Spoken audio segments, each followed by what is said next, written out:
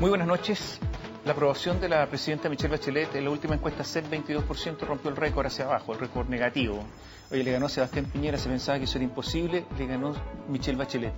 Y en la encuesta de esta semana de Plaza Pública Academ, 20%. Algunos dicen que ya podría bajar de la barrera del 20%, con un rechazo importante. En una encuesta 72%, la otra encuesta 61%.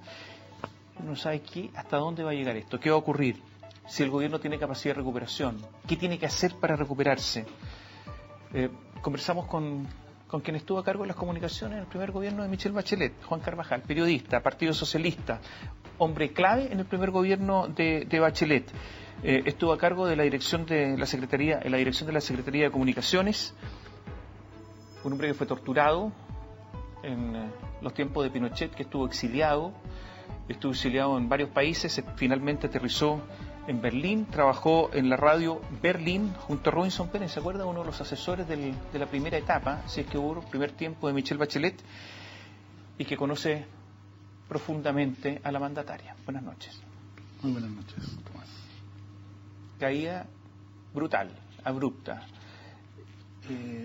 Bueno, por supuesto que es abrupta y brutal, pero no es una sorpresa, porque ya venía ese descenso marcándose hace un buen tiempo. Pero siempre uno tiene un piso, si tú dices, de aquí no nos movemos, aquí llegamos. ¿Cuál es el piso?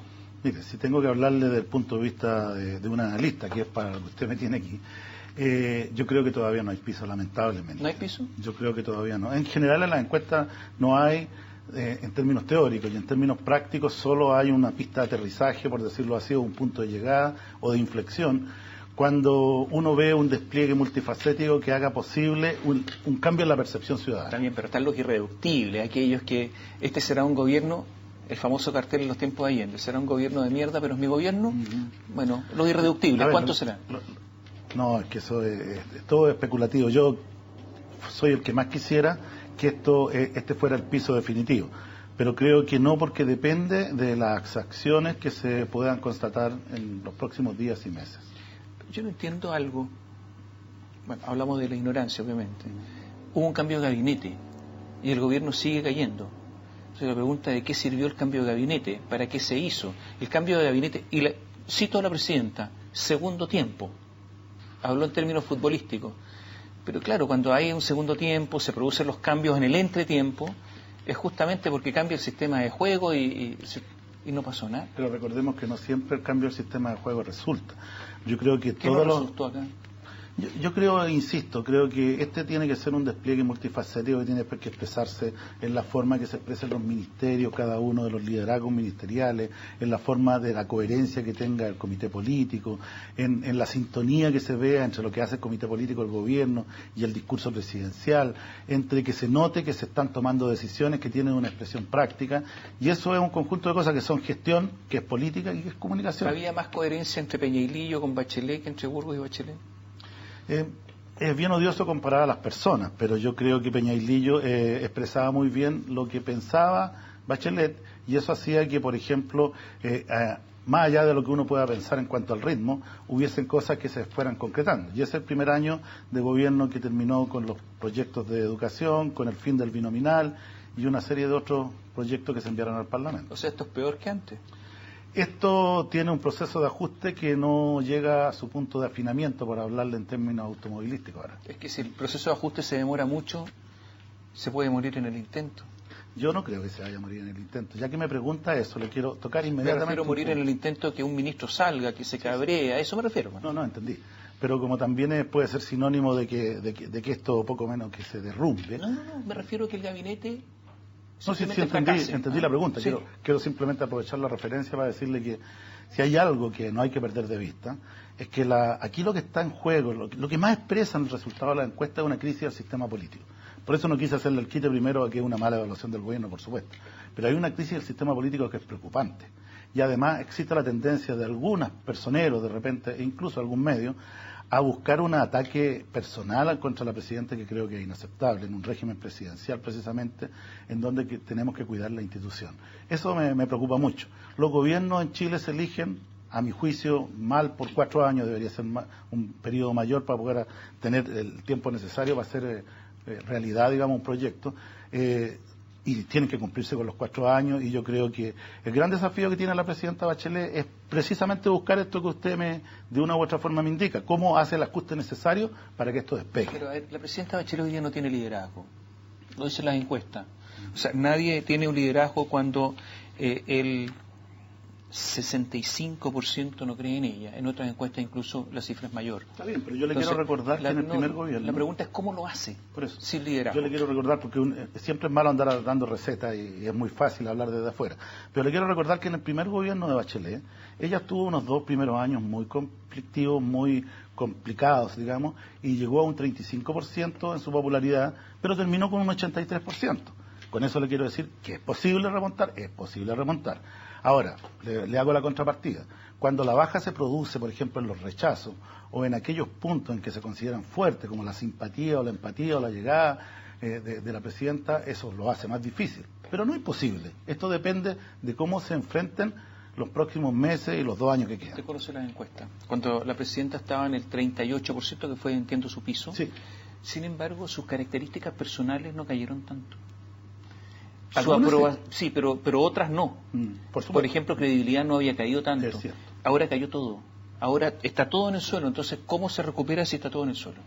Bueno, como le estoy diciendo, yo creo que lo que se requiere es un plan de emergencia que permita combinar distintos elementos de gestión de política, comunicación. Y le voy a agregar, además, el relato desde el punto de vista económico-político, que es muy necesario.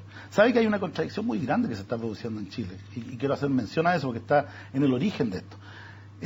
No tenemos a un país insatisfecho. No tenemos a gente que esté triste. Pero ese era el diagnóstico. Bueno, está bien, pero yo le estoy planteando lo que a mí me parece y mi lectura. No tenemos ese país. Es decir, tenemos una contrapartida entre una mala evaluación del gobierno, de las instituciones políticas y de todas las instituciones, y la tendencia de la ciudadanía a vivir su vida. A mí me parece muy delicado esto por una razón muy simple. Es decir, cuando se empieza a acentuar la apatía de la población, de lo que estamos a puertas, digamos, es que esa apatía se exprese en una no concurrencia a las votaciones, y con eso la legitimidad de las nuevas autoridades sea discutible. ¿Y no será que hubo un mal diagnóstico de este gobierno? Yo creo que hay parte de eso. Mire, o sea, los chilenos no estaban tan cabreados, los chilenos no estaban... Es que las cosas nunca son tan así. Quiero decirle nomás, efectivamente las manifestaciones estudiantiles fueron las más grandes que recordemos después de lo que fueron las manifestaciones en contra de la dictadura. Pero nunca hay que perder de vista es que por muy masivas que sean las manifestaciones, los países nunca son la expresión completa de esas manifestaciones. Son siempre de una parte, de lo que en sociología se llama la minoría socialmente activa.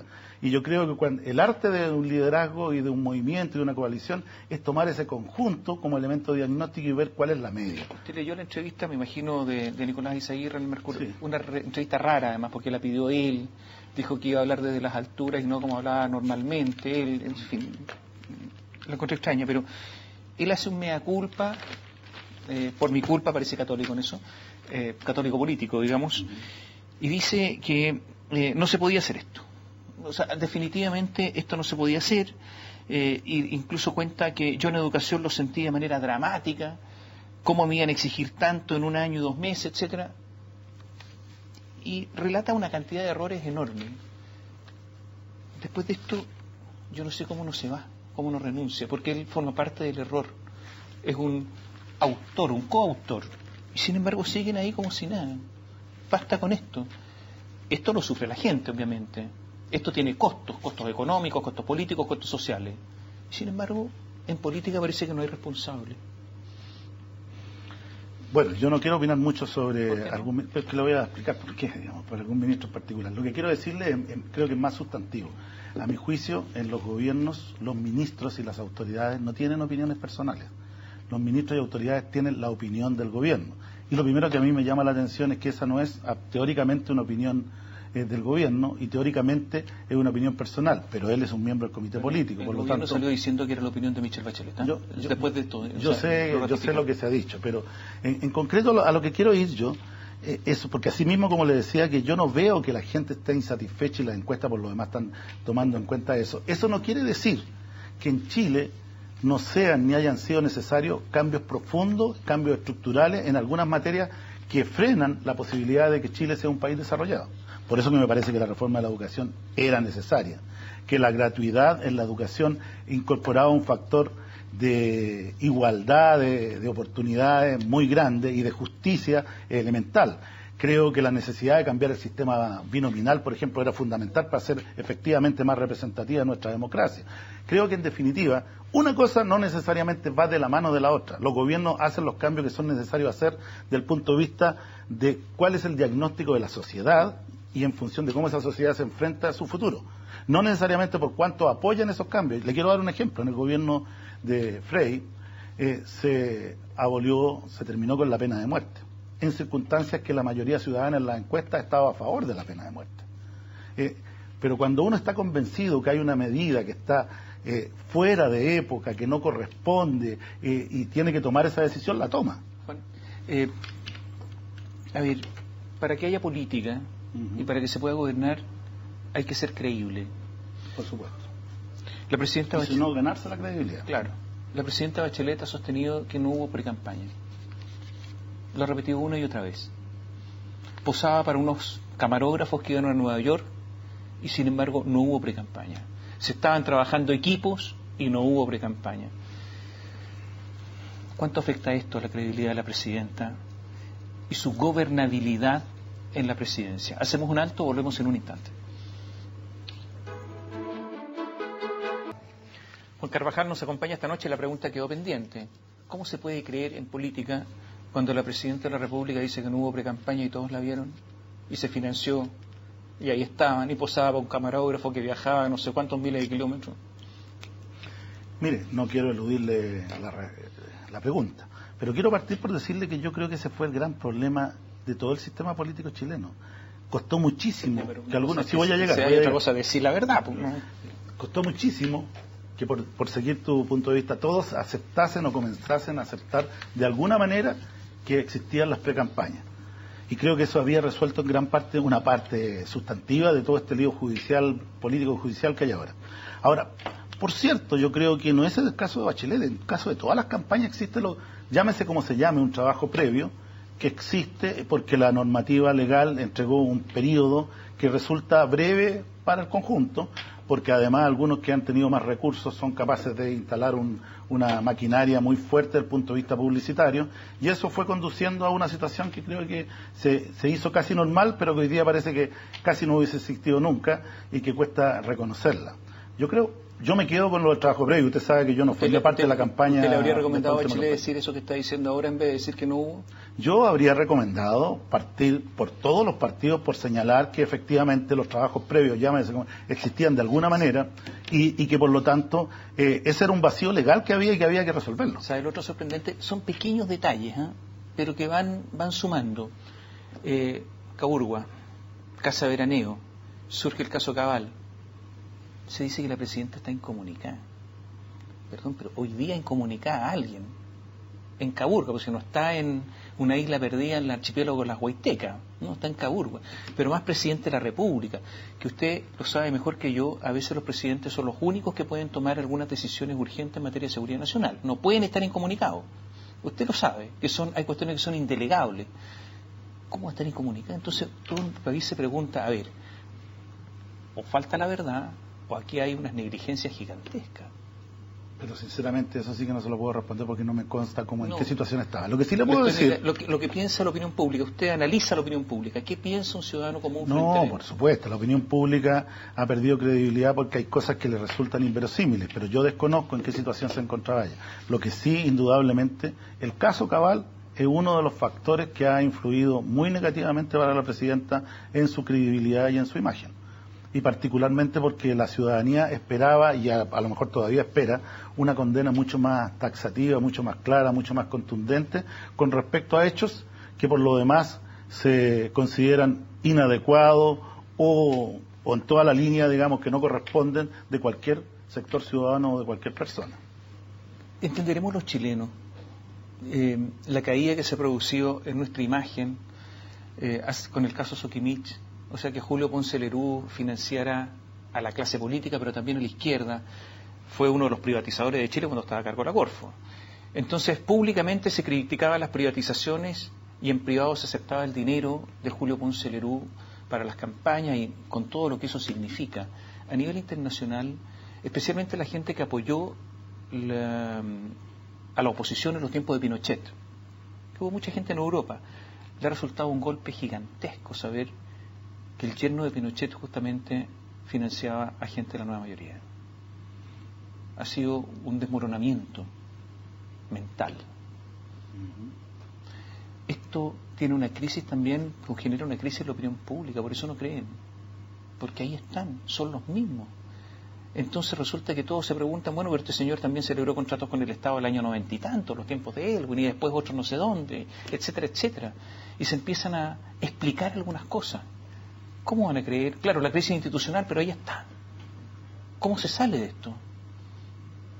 Bueno, yo creo que el financiamiento de la política es uno de los grandes temas que está en discusión, sí, pero que va de la mano, con toda la crisis que existe de todas las instituciones. Nosotros estamos llamados, y digo nosotros porque me incluyo tanto como tú, como yo, a buscar formas de represtigiar la democracia, la institucionalidad chilena y a todas las instituciones. Y creo que cada institución está llamada a buscar una forma de recuperar credibilidad.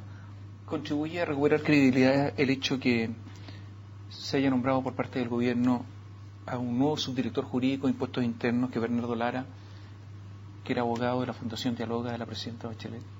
Es que yo creo que son cosas bien distintas. A mi juicio, la adscripción que tenga una persona, un técnico, a un partido, a una institución, no lo inhabilita para que en una situación posterior... que como echaron al técnico anterior porque quería presentar querellas contra todos, después del caso Penta, los que estuvieron en la misma situación, entonces uno dice, bueno, nombraron a otro, entonces... De acuerdo, pero el tema no es ni uno ni otro. ¿No contribuye a que haya mayor confianza o menos confianza a esos nombramientos? A ver, pero yo creo que el tema no es ni uno ni otro. Yo creo que lo que ha estado en discusión en el último tiempo, y eso es indudable, Impuesto Interno entró en una crisis que comenzó antes de esta situación de Llorrat y Vargas, que comenzó con el escándalo del FUT, y antes también con otras situaciones parecidas, y que hizo entrar a Impuesto Interno en una dinámica que no había tenido antes. Y creo que lo que está en discusión es cuál es el rol de Impuesto Interno y qué es lo que es factor de delito y qué es lo que no, y qué es lo que es un tema tributario propiamente tal.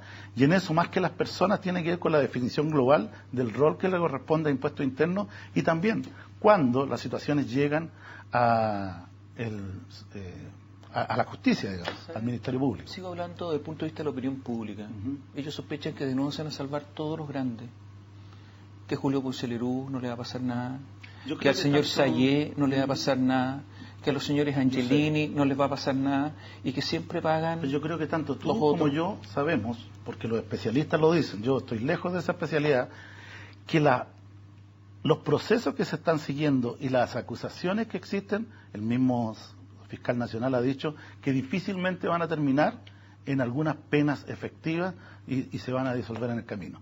Ahora, por supuesto que estoy de acuerdo que la opinión pública difícilmente entiende cuando la dinámica comunicacional que ha tenido la fase previa ha sido de tal impacto y tan fuerte que genera una imagen y una reputación sobre una cosa es la pena efectiva y otra cosa es que no les pase nada. Es que la pena efectiva está relacionada con eso, porque por ejemplo... No, si ni siquiera van a ser formalizados. Pero los dueños de Penta fueron formalizados y estuvieron en prisión. Pero los otros no. Bueno, ayer pusieron en arresto domiciliario. Estoy hablando de Julio Ponce Lerú, estoy hablando de los otros personajes, de los dueños, los que decidían. Bueno, los que resolvían. Contés entiendo que estaba en arresto domiciliario. Claro, porque Contés no ha dicho nada y no se ha podido probar que Julio Ponce Lerú lo mandaba. Obviamente que lo mandaba, pues ¿cómo no lo iba a mandar? Si los gerentes generales no se manejan solos. Yo creo que la justicia tiene sus propias reglas y cuando uno se desenvuelve en las reglas de juego de la propia justicia están los hechos que corresponden. O sea, la justicia tiene que probar que cometieron delitos, él o cualquier otro, digamos. Y eso es parte de los derechos también ciudadanos, ¿no? Pregunta y respuesta rápida. ¿Tiene continuidad la nueva mayoría? ¿Tiene futuro?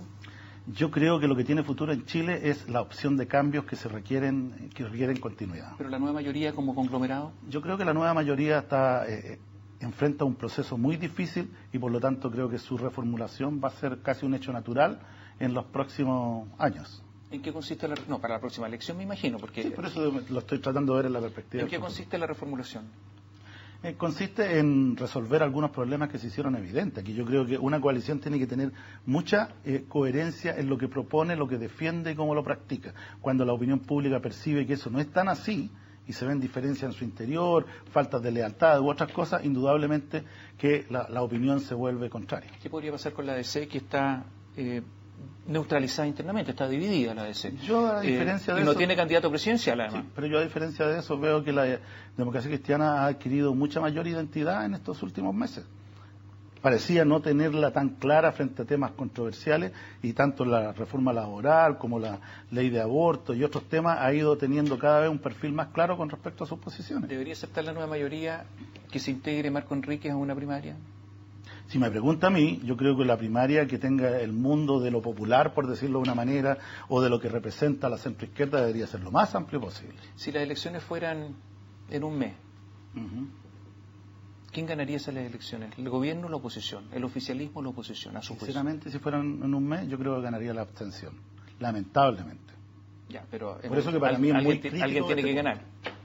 O sea, en estos momentos... Si me guío por la encuesta, en estos momentos sigue ganando la opción de centroizquierda, y qué bueno que sea así. O sea, en estos momentos las elecciones estarían ganadas por la nueva mayoría. En este momento, yo creo que con una buena alternativa de la nueva mayoría estarían ganando. ¿Cuál es la mejor alternativa de la nueva mayoría ahora? Yo no me pronuncio por eso, por ahora por lo menos. ¿Por qué? Porque creo que no es tiempo, y creo que uno contribuye negativamente precisamente a ayudar a que esto vaya empezando el proceso de inflexión. No contribuye cuando entra precisamente en esta dinámica de nombres, que es lo que hacen, por lo demás, perder más liderazgo a la presidenta. Si este gabinete no cuaja, porque hasta el momento está en ajuste, lo ha dicho, ¿cuándo tendría que terminar? ¿Cuál es el plazo para que este asunto cuaje? Yo creo que las encuestas están diciendo que estamos en un momento dramático en donde o se hacen ajustes o las cosas... Ahora, los ajustes pueden ser no necesariamente cambios. Naturalmente, pero si la situación sigue igual... No, yo creo que la situación, si sigue igual, va a seguir cayendo lamentablemente en la encuesta. ¿Y qué tiempo le da el gabinete? Con ajuste le puede dar un tiempo bastante más largo. Sin ajuste, tal cual. Sin ajuste, yo creo que la presidenta tendrá que pensar que tiene que hacer algunos cambios que le permitan una mayor fuerza a la conducción, al liderazgo, y a recuperar todos aquellos temas que son básicos en la conducción. ¿Pasa diciembre? ¿Pasa diciembre qué? ¿Pasa diciembre el cambio? ¿Así tal cual está la cosa? Tal cual está, yo lo veo difícil.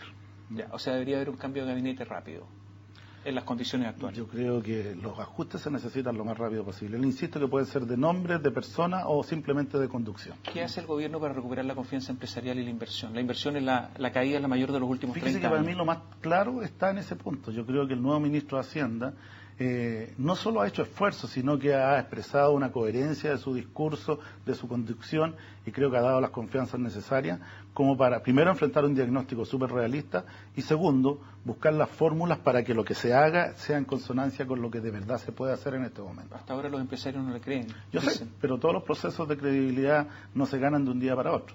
Pero creo que fue un avance importante la presencia del nuevo ministro. ¿Y qué plazo tiene este ministro para lograr esa confianza? Yo creo que el próximo año debería enfrentarse con una dinámica, una voluntad y una energía bien distinta, y tengo confianza que eso se va a poder lograr. ¿Tiene miedo de que la nueva mayoría pierda las elecciones municipales? Fíjese que no. Pues, entre otras cosas, yo a lo que más le tengo temor es a la abstención, y creo que ese es el desafío que tiene todo el sistema político. Pero creo que la elección municipal tiene sus propias reglas y características, y cada fuerza tendrá que buscar las maneras más creativas para poder convocar al máximo de votantes posibles. Estamos terminando. Un consejo a Michelle Bachelet. Uno. A mí no me gusta dar consejos, pero no quiero hacer quita al tema.